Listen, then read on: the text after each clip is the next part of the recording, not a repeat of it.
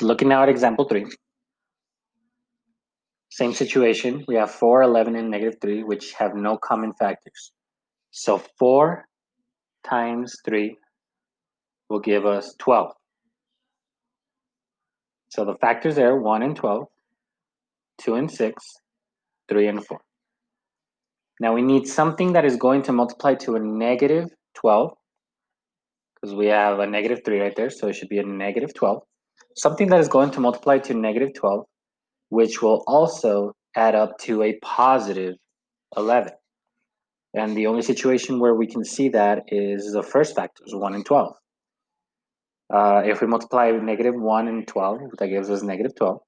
But if we add those two together, 12 minus 1 is positive 11. So our factors should be 12 and 1. We're going to write that 4x squared plus 12x minus x minus 3. Now let's group those two together. From the first factors, from the first parentheses, we're going to factor out a 4x. We're left with x plus 3 in the parentheses. And from the other one, we're going to be able to factor out a negative 1. And that is because of the negative that we see here. That negative right there, we should take out that negative. And that should be x plus 3. And again, our goal is always to match those parentheses up. X plus 3. And that should be 4x minus 1, because we have with every negative, there is a 1. That with an invisible 1.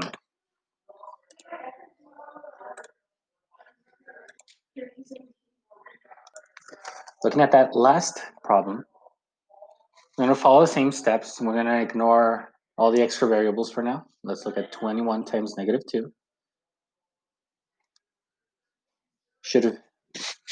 Negative 42. The factors of negative 42 end up being 1 and 42, 2 and 21, 3 and 14.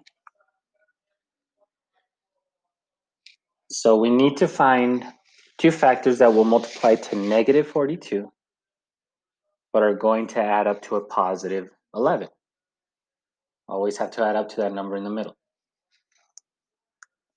So if we take the last two factors, we have negative 3 and positive 14 will add up to positive 11, but will multiply to a negative 42. So let's rewrite this again. 21 p squared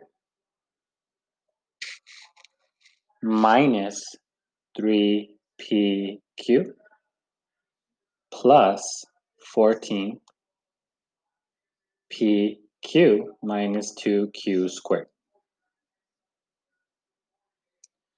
Now again, I wrote them in a specific order because I want to be able to factor out, I had to have a common factor between the numbers. So 21 and 3, we have a common factor there of 3, and we can also factor out a p. So we're left with 7p minus q on the inside. Let's try to factor out so we end up matching. So on the other one, we can actually factor out a 2, and we can also factor out a q. So inside we're left with p minus, or 7p minus q.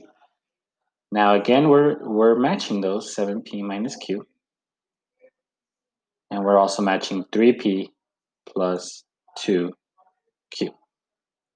And that should be our final answer.